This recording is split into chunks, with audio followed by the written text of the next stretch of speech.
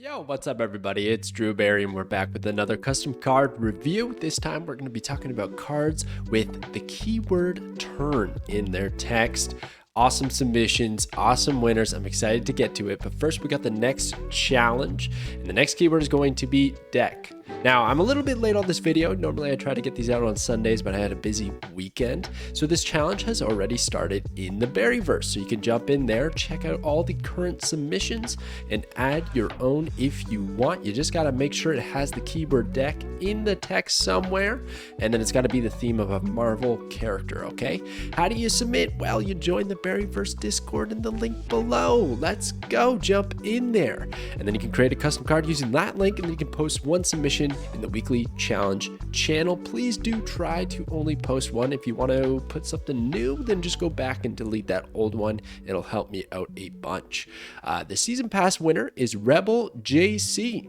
Now, to qualify to get a season pass, all you gotta do is submit a card. That's it. You don't even have to have a good one or whatever. You just gotta put a card in there, your creative idea, toss it in, and you have a chance to win. And this time around, it's Rebel JC with Dr. Spectrum at 3/3 on reveal. All cards played last turn have their power and cost swapped. That's crazy. That's like Mr. Negative, I think he was saying, but for both players, which is kind of nuts. A little bit probably broken, but very cool and very nice idea. Congratulations for the season pass. But let's get to this week's winners. But first, I'm mixing in my own submission this time around, and that is Tombstone. A 1/2, while this is in your hand, gain +3 power for each turn skipped, which is pretty insane, right? Like that's a lot of power, undoubtedly. Anytime there's been something +3 in this game, it tends to get nerfed to +2. And would that happen with Tombstone? Maybe it would. Maybe it would. But the reason I kind of gave it the +3 with the crazy effect is because you're doing two things. One, it's got to be in your hand, so you got to hope you draw this guy early enough so that you can skip turns that are irrelevant, right? You don't want to skip turn 5, preferably, if we don't have to. Maybe what we do is we skip turn 6 and we set up with Magic to do that big infinite play on turn 7 with Infinite and Tombstone. That'd be pretty good, right? This guy can maybe be like at least a 5 at a minimum if we only can skip one turn with him in the hand. And then you play your Infinite. That's pretty good. That seems pretty good. But like skipping a turn, as you guys know, like that is a huge hindrance. I think this card is amazing if you manage to get it in your opening hand, right? You skip turn 1, turn 2, turn 3. That's 9 power. This shoots up to a 1/11, and maybe it's broken. And you know what? I'm fair to concede that. But you did just skip 3 turns, which is not always ideal. But then you get a 1/11 on the board. But then it gets killed by Killmonger. So I don't know. Maybe there's some balance here somewhere, somehow. Elektra snipes this as well. Shadow King takes away the power. Shang-Chi could destroy it if it gets +9. There's a lot of counters, but it's undoubtedly like a very strong stat line if it gets to that point. So I was just trying to mess around with the balance of skipping turns because we have a lot of unspent energy, leftovers that can accumulate power, like Sunspot, which is the pre-nerfed version. Whoops, I forgot about that. He's actually a 1/0. Oh well, there you go. And then you got High Evo, of course, with the Hulk and all that stuff that works with unspent energy. So that's pretty sweet. Like this time, this can work in tandem with them, but you have to literally skip your entire turn, not play a single card, and have all that energy left over. So if you do manage to play Sunspot on 1, you don't skip that turn, but then you can maybe skip the following turns and then place Tombstone with Infinite somehow. Maybe it works out. Maybe it's a little too difficult to pull off, and maybe it's too strong. Maybe it should have been a 1/1 or 1/0 like Sunspot, but there you go. That's my idea. Let's get to the winners. Number 5, Nogoalov's Scream. All right, Nogoalov does it again. What a great card you got here. So a 4/9, very interesting stat line. We see this in Black Cat nowadays since she was changed, but otherwise you don't really see that too much on a lot of cards, and I think it's a pretty interesting one to explore because you have to have a pretty bad ability. But this ability here is at the end of each turn, move to another location and destroy your cards there. Now, that might seem very, very good, right?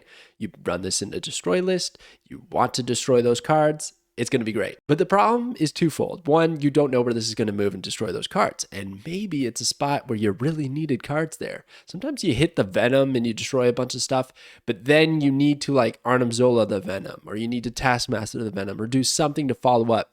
This is going to be at the end of the turn. So it could destroy whatever play you just set up and you'd be screwed. Now, of course, you can play this with Armor and Professor X, and that'd be really good, right? Save everything. It moves over there. It doesn't destroy anything. That's great. That's really good value. But you can already do an Armor Atuma play.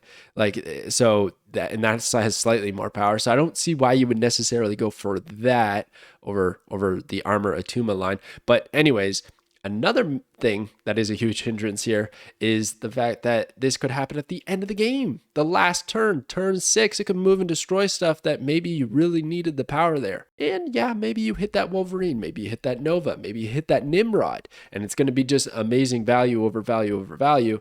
But there's an RNG element here that kind of saves this card from being a little bit too broken, but it would be very good. Undoubtedly, for sure, this would be a card that a lot of people would run. And a 4/9 stat line is just sick. And then you can get Sabu discount, so it's a 3/9, and that just pays off for itself. But then it's also under fire from Shang-Chi, right? So you'd have to watch out for that. Maybe Craven synergies, but not really because he moves over and then destroy things. So I don't know. It's pretty neat. I think it's a really cool card. I'd like to see this in destroy lists and in Marvel Snap if it actually came to the game. And then amazing variants there. I love the little baby variant, like a chibi baby variant for Scream. Very cool character as well. Venomized, but all yellow and red and orange. Cool color palette. Great job, Nogoalov. Thank you for the submission. Number 4, Silverwolf's Ultraman. All right, so we got Ultraman here, but it's also Shin Hayata. I don't know if I'm pronouncing that right. I don't necessarily know the character very well. I had to look it up to make sure it was Marvel, and it's like a Marvel joined with another subplot or another universe or something along those lines. That's what I kind of grasp. But it seems to do its own thing. And here we have Shin. So at the end of each turn, if your opponent played a 9 power or more card, transform into Ultraman. Pretty cool. Ultraman is a 6/11. Pretty good stat line, especially because we only really paid 1 energy to get this card out. So you're getting 11 power. But at the end of each turn, this gains -2 power. So if it happens a little too early, you're going to start to lose that power, which could be a good thing because maybe we want to get away from that Shang-Chi range. Again, we only spent 1 energy for this card. And I like this because it's a neat way to counter opposing 9 power cards. We have Shang-Chi, which destroys stuff. But this is kind of saying, hey, if you decide to play that high power card, you're giving me power in return. And maybe there's a really cool setup where your opponent actually has like Sarah on the board and plays, I don't know, like Typhoid Mary and then Shang-Chi, so that your Shin turns into Ultraman and then you still destroy it or something cool like that.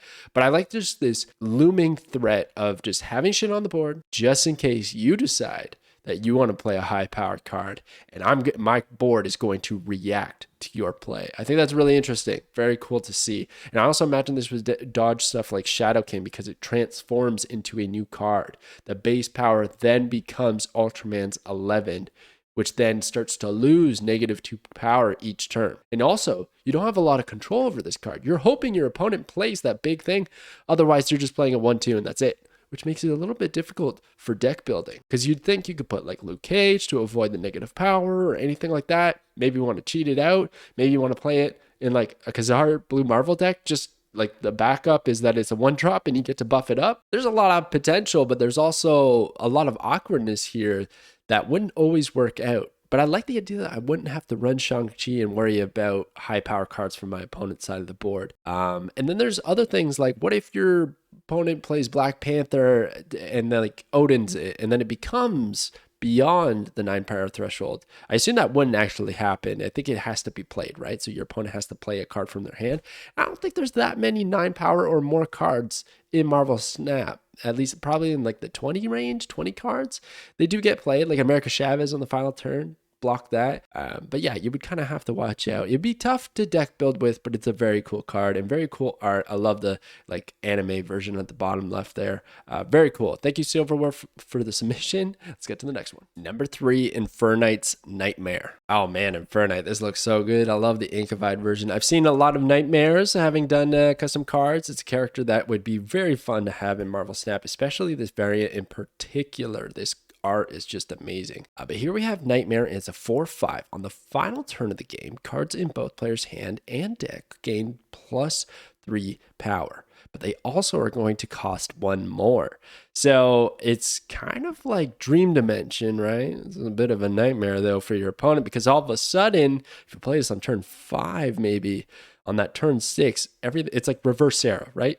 Boom. Everything's going to cost 1 more. whatever you were planning on doing, forget about it. You were going to play 2 3 drops? No, forget about it. You're playing one of those bad boys and a 2 drop if it was a 1 drop prior. That's just a nasty, nasty effect. And guess what has crazy synergy with it? Our guy Mobius, who just got nerfed into the ground. Because now you know if you play Nightmare, it's just a trigger, right? It's just going to happen on the final turn. So you can just play Mobius on turn 5 and you're good to go. Because your opponent's going to get that Nightmare hit, but you will not. And you'll get the +3 power, which is amazing. And then maybe if we somehow got Sarah out early or something like that, you discount all your stuff, you play a Hit Monkey combo with a bunch of cards because you can, and they all have +3 power. And then you're just running away with the game. Gosh, this would be incredibly toxic. This would be such a toxic card. But it does get countered by a few things, right? Maybe there's somebody who didn't really care about playing a lot of cards, and they were just going to play 1 5-drop. Now, there is a problem here that I think there should be an added line of text in that it can't be more than 6, right? Because then you make all 6 drops not playable, which is, really frustrating. A lot of people want to play those 6 drops. So I think you just couldn't go beyond 6. So 5 would become 6, 6 stays at 6. That would balance this card out a lot more, but they still get the +3 power, which is neat. So all of a sudden, those big 6 drops having another 3 bits of power, like your Infinite, right? Becomes a 23. That'd be kind of cool.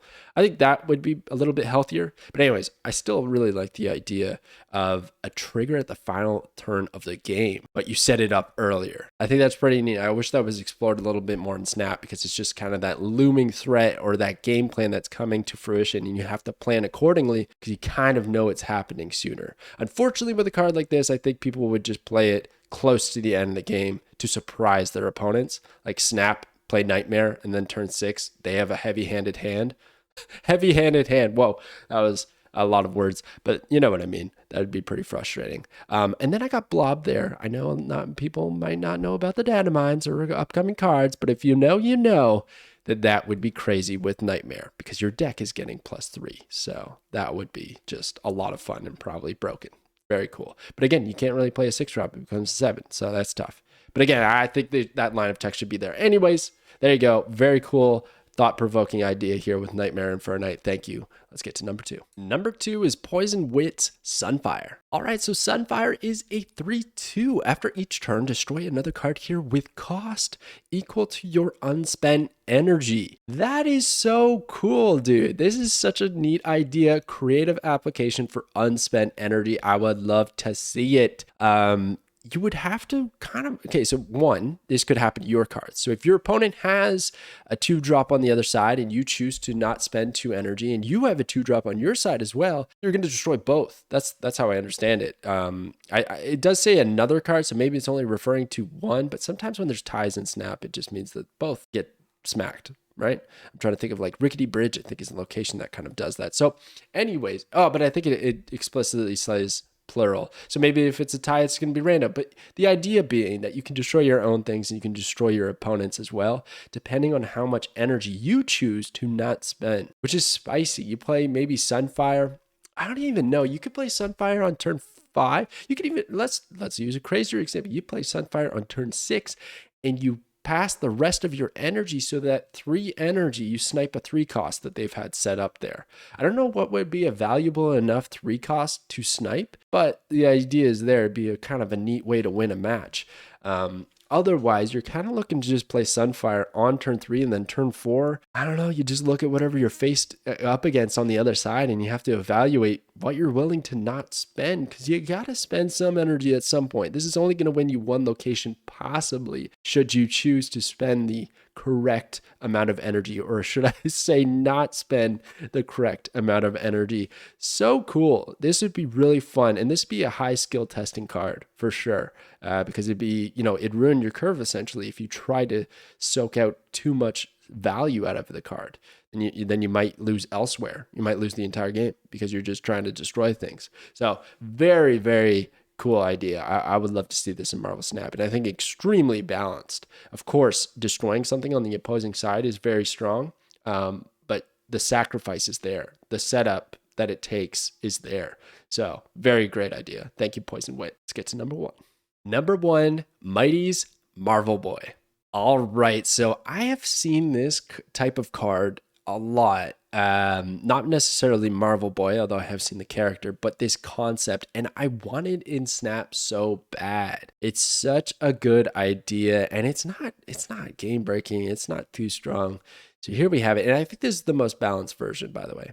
So Marvel Boy is a 1/0. This card's power is equal to the turn it enters your hand. That's it. Simple, basic, but it's great because let's say it's turn 1 or your opening hand. That's one thing I don't even note. Does the opening hand count as turn 1 or is that like turn 0? So this would be 0 power. That's a question for you guys. Okay, but otherwise, turn 1, we draw 1/1. Not so great. Turn 2, 1/2, turn 3, 1/3. And of course, to keep scaling, you could maybe draw this on turn 7 because you got Limbo out or Magic and there's still a couple of cards left in your deck. You end up drawing Marvel Boy. It's a 1/7. That's pretty good. But like, that's not game winning necessarily. I mean, you could play the Hood and get a demon and destroy the Hood or Viper over the Hood and like that's balanced. So I feel like Marvel Boy, if anything, is going to be more underwhelming than not because a 1/3 with text that can't get buffed from like Patriot or anything like that, we don't really need that. You don't really need to play that. You don't need to run that in your deck or draw that, right? So you're looking to draw it later and hope that, you know, it's just a good amount of power that you can combo with your Hit Monkey or something like that. So I was thinking of a few ways that we could make it so that we draw it later. And it also says enters your hand. So I was thinking Beast.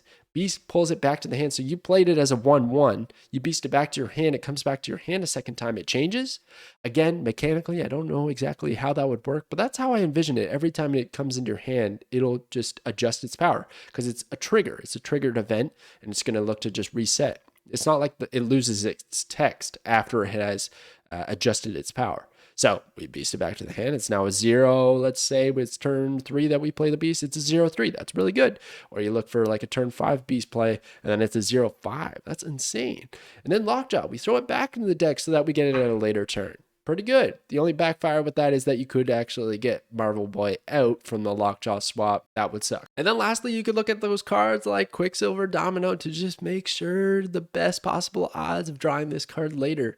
In a crazy world, this actually has extreme anti-synergy with America Chavez because she's going to make sure that she's in the deck and you're going to draw Marvel Boy sooner when really we want to draw this card as late as possible in most case scenarios. So just a really neat idea for a 1-drop. It just makes sense to be in Marvel Snap. Like I genuinely feel we're going to be talking about a card releasing in Marvel Snap with an ability and stat line very, very similar to this somewhere down the line.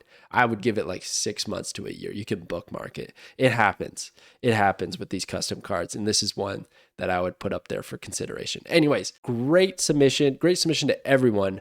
But for the first time, we don't just have a top 5, okay? This next card that I'm going to talk about, this is like legendary status in the Berryverse. If you know, you know. If you've been in the Berryverse, then you're going to recognize the Endgame Rat. Endgame Rat, a 1/0 created by Persona Trash, forged in the depths of the Berryverse. At the start of each turn, Endgame Rat has a 25% chance to turn into Ant-Man, Captain America, Iron Man, Thor, Hawkeye, Black Widow, or the Hulk. Because Endgame Rat is here to save the day 1/4 of the time. You see, Endgame Rat has been in more custom card videos than any other card. You just didn't see it, but it was there. You have to go back and check it out because the Endgame Rat has been in a lot of videos, been in a lot of submissions, and we love the Endgame Rat. It's almost the mascot of the Berryverse at this point in time. Absolute legend.